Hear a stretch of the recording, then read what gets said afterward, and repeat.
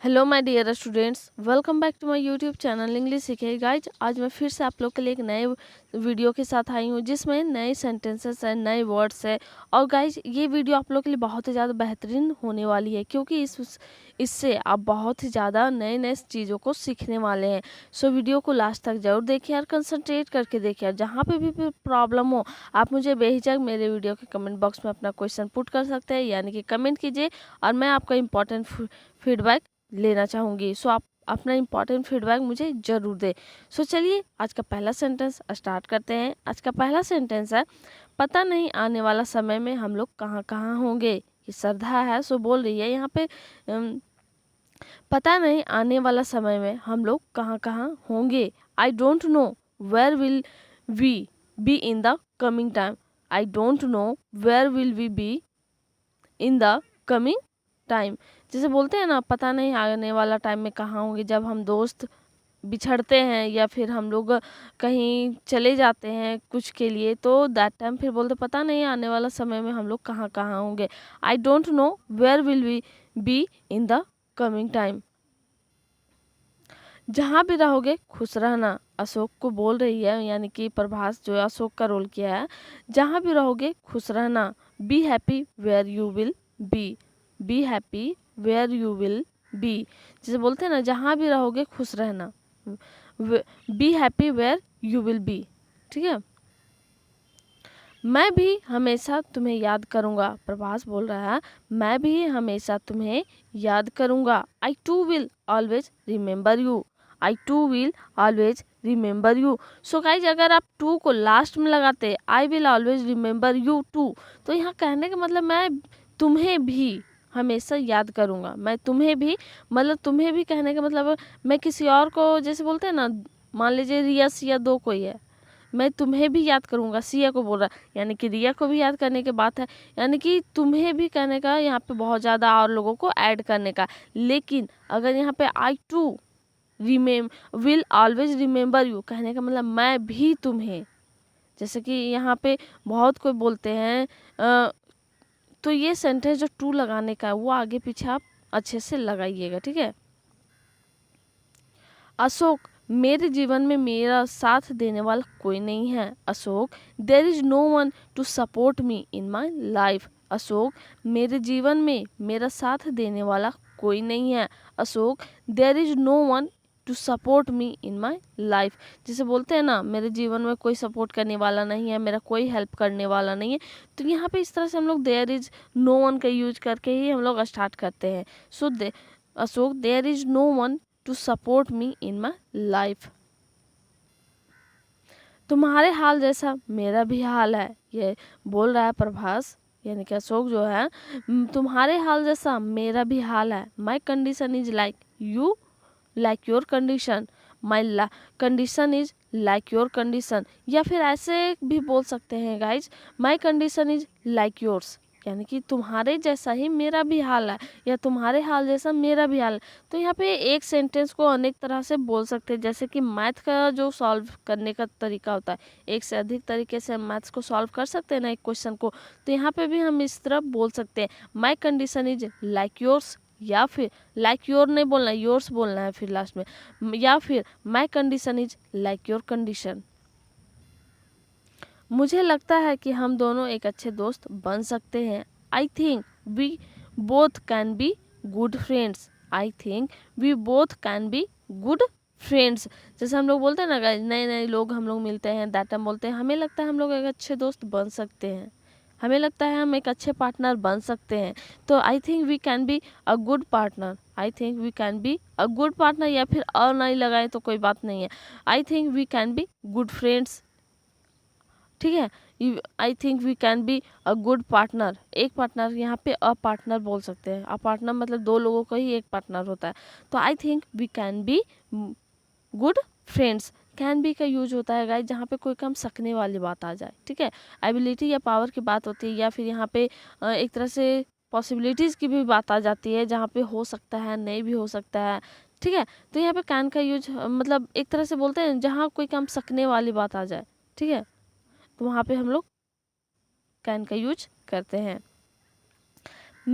मैं जीवन भर तुम्हारा ख्याल रखूंगा। अशोक बोल रहा है रिया को, मैं जीवन भर तुम्हारा ख्याल रखूंगा। ठीक है, तो I will take care of you for the rest of my life. Guys यहाँ पे बहुत कोई को लगेगा रेस्ट ऑफ माई लाइफ का जगह रेस्ट ऑफ योर लाइफ होगा, तो रेस्ट ऑफ योर लाइफ क्यों होगा? मुझे नहीं पता उसका जीवन कितना दिन तक है, लेकिन मैं ये, हम लोग क्या बोलते हैं, हम ये बोलते हैं कि मैं जब तक रहूँगा मैं तुम्हारा ख्याल रखूँगा, तो अपने लाइफ के बारे में हम बोल रहे हैं ना, तो इसलिए हाँ रेस्ट ऑफ माई लाइफ होगा, not rest of your life. ठीक है, तो ये चीज़ आप लोग ध्यान रखिएगा। ठीक है, I will take care of you for the rest of my life. I will, यहाँ पे जिस सेंटेंस के लास्ट में ग गे गी होता है, तो वो जो सेंटेंस होता है वो फ्यूचर टेंस में यानी फ्यूचर इंडिफिनिट टेंस में चला जाता है। ठीक है, तो वहाँ पे क्या करते हैं हम लोग, शैल या विल का यूज करते हैं, साथ ही साथ V1 का। और I will take care of you for the rest of my life, ये चीज़ आप लोग नोटिस करके रखिएगा। ऐसा नहीं कि रेस्ट ऑफ माई लाइफ के जगह रेस्ट ऑफ योर लाइफ कर दीजिएगा। हमारा काम बहुत ही जिम्मेवारी वाला काम है। ये फ़ोन में किसी को इंस्ट्रक्शन दे रहा है, हमारा काम बहुत ही जिम्मेवारी वाला काम है। Our job is a very responsible job. Our job is very, our job is a very responsible job. अब गाइस यहाँ पे आवर जॉब की जगह आवर वर्क भी बोल सकते हैं। Our work is a very responsible work. ठीक है, तो आप जॉब बोलिए या वर्क बोलिए, कोई बात नहीं हो, मतलब दोनों सेम ही हैं। हमें इस मिशन को सही अंजाम तक ले जाना होगा, जिसे बोलते हैं ना सही अंजाम तक ले जाना होगा, अंजाम तक। We will have to take this mission to the right end. अंजाम देने का मतलब क्या होता है, अंत तक पहुंचाना, उसके डेस्टिनेशन तक पहुंचाना। ठीक है, तो वहाँ पे हम लोग एंड यूज करते हैं। We will have to take this mission to the right end. और गाइज यहाँ पे विल का यूज़ तो मैं बताई हूँ कि कहाँ पे विल का यूज़ करते हैं, और हैव टू का यूज वहाँ पे करते हैं जहाँ पे हम लोगों को कोई काम मजबूरी में करना पड़ता हो, या फिर कोई काम को बहुत ज़्यादा कंपलसरी वर्क होता है, बहुत ही ज़्यादा मतलब ज़रूरत होता है, वो काम को करना ही पड़ता है, दैट टाइम हम लोग हैव टू का यूज करते हैं। और एक चीज़ और, हैव टू के बाद हमेशा वर्ब वन का ही यूज करते हैं। We will have to take this mission to the right end. We will have to take this mission to the right end. एक बात और सुनो, लिसन वन मोर थिंग, जैसे बोलते हैं ना एक बात और सुनो, एक और बात सुनो, तो बोलते हैं बहुत तरीके से, सुनो एक बात और सुनो, तो listen one more thing, listen one more thing. हम सभी को एकता के साथ मिलकर काम करना होगा। We all will have to work together in unity. अब गाइज यहाँ पे एकता के साथ, एकता किसी का नाम नहीं है। ठीक है, एकता आप भारत में रहते हैं तो आपको पता ही होगा, या कहीं पे भी, unity is most powerful weapon. एकता बहुत बड़ा औजार होता है, एक बहुत बड़ा हथियार होता है। ठीक है, तो एकता उस एकजुटता को बोला जाता है जो हम सब एक साथ मिल करके काम करते हैं, उसमें एक वर्ड में हम बोले तो एकता। सभी लोग अनेकता में एकता, मतलब बहुत लोगों के साथ यूनिटी। ठीक है, इसको बोलते हैं। We all will have to work together in unity. हम सभी को एकता के साथ मिलकर काम करना होगा, यानी कि एकजुट होकर के काम करना होगा। क्या तुम लोग इस मिशन के लिए तैयार हो? इसके जो बॉस हैं वो इन लोग से पूछ रहे हैं, रेस्ट ऑफ पीपल यानी कि रेस्ट ऑफ मेंबर से, यानी बाकी के मेंबर से, are you ready for the mission? Are you ready for the mission भी बोल सकते हैं, are you ready for this mission. ठीक है, are you ready for this mission, are you ready for this mission. जैसे बोलते हैं अगर हम लोग को कहीं पार्टी में जाना रहता है तो सडनली हम पूछते हैं क्या तुम तैयार हो, आर यू रेडी?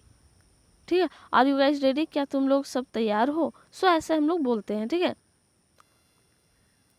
हाँ हम सब इस मिशन के लिए पहले से ही तैयार है। Yes we all are already ready for this mission. Already का मतलब होता है पहले से ही। ठीक है, yes we all are already ready for this mission. हाँ हम सभी पहले से ही तैयार हैं। ठीक है, EJMR का यहाँ पे यूज किया गया, क्यों? ऐसा नहीं कि यहाँ टेंस के रूप में यूज किया गया, बस कंडीशन को बताता है कि सिचुएशन को बताता है कौन व्यक्ति किस तरह से है। तो यहाँ पे बोल रही है yes we all are already ready for this mission. अगर पास्ट में रहता कि हम लोग ये सब के लिए पहले से ही तैयार थे। ठीक है, yes we all were already ready for this mission. अगर पास्ट में करे तो ऑल मतलब वाज वर, ठीक है। और प्रेजेंट में करे तो इज एम आर, और फ्यूचर में करे तो शैल या विल। रिया, कभी कभी वह चीज़ें सच नहीं होती है जो हम देखते हैं। Riya, sometimes the things that we see are not true. Riya, sometimes the things that we see are not true. जैसे बोलते हैं ना, कभी कभी वे चीज़ें सच नहीं होती है जो हम अपनी आंखों से देखते हैं या हम जो देखते हैं। तो ये बोल रहा है रिया को, यानी कि श्रद्धा का नाम यहाँ रिया है, सो बोल रहा है Riya, sometimes the things that we see are not true. Riya, sometimes the things that we see are not true.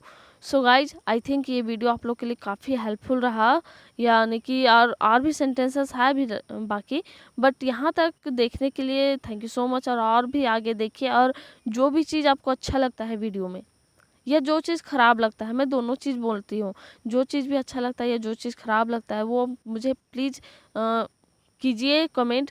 और शुरू शुरू में जब हम वीडियो बनाते थे तो बहुत कोई का कमेंट आता था कि मैम आप वॉइस को थोड़ा इंक्रीज कर सकते हैं, या प्रोनाउंसिएशन को कर सकते हैं, या फिर जो भी वीडियो का क्वालिटी या कुछ भी, बहुत तरह का बात आया। तो मुझे अच्छा लगता था कि हाँ, मुझे मतलब एक तरह से मैं इम्पॉर्टेंट फीडबैक के जैसा लेती थी।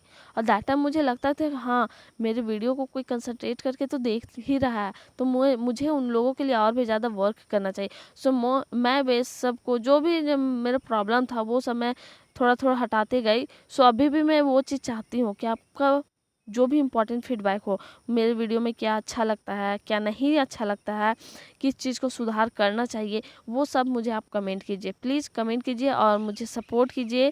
और मुझे नहीं लगता है पहले जैसा आप लोग मुझे मतलब सपोर्ट करते हैं, लेकिन पहले मेरा मतलब जितना कर रहे थे उतना भी नहीं हो रहा है, और मुझे अब आप लोग की सपोर्ट की और भी ज़्यादा ज़रूरत है। So please support me and share my videos with your friends, and repeat करके आप लोग ज़रूर देखिए, क्योंकि इससे आपको बहुत ही ज़्यादा बेनिफिट होने वाला है।